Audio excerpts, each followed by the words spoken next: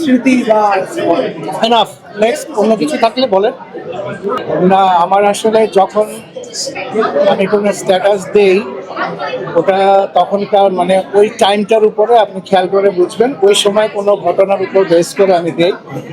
তো আমার মনের কথা আমি বলি। আহ, অনেক সময় অনেকে বোঝে না, ওটার একটা বাজে ব্যাখ্যা অনেকজনে বের করে। লাস্ট টাইম যেমন আমি একটা বলেছিলাম যে আমাদের চলচ্চিত্রের একটা খারাপ সময় আগে থেকেই শুরু হয়ে গেছিল। তো অনেকে এটাকে ভেবেছে আমি সালমানের কথা বলেছি, অনেকে ভেবেছে মান্নার কথা বলেছি।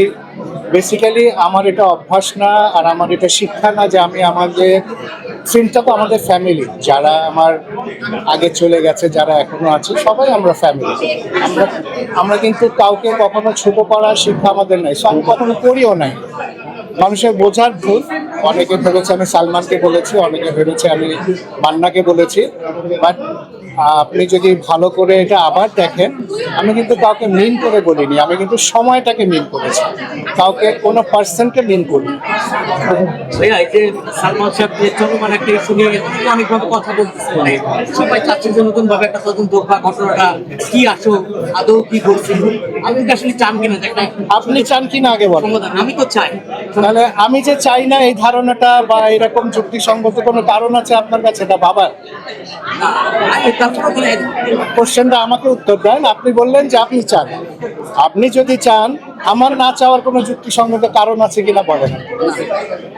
সিম্পল। আনসার তো আপনিই দিলেন। ঠিক আছে। আমি আমার পার্সোনাল ইমোশন, আমার নীতি, আমার মানে আদর্শ আমি কিন্তু ফেসবুকে সবসময় শেয়ার করি না, বিকজ আমি মেনটেন করি, একটা স্ট্যান্ডার্ড মেনটেন করি।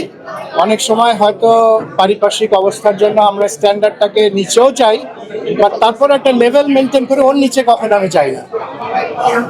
সো আমি সবসময় আউটস্পোকেন না যে সব কিছু নিয়ে আমাকে কথা বলতে হবে। আমার ব্যক্তিগত ইমোশন, আমার ধ্যান ধারণা আমি সবসময় ফেসবুকে শেয়ার করি না। আজকাল তো মানুষ বেডরুমে ওয়াইফের সাথে কি করে ওটা ফেসবুকে না দিলে পেটের ভাত হজম হয় না, কোথায় কি করলো, এগুলো এগুলো আমরা ফেসবুকে শেয়ার করি না।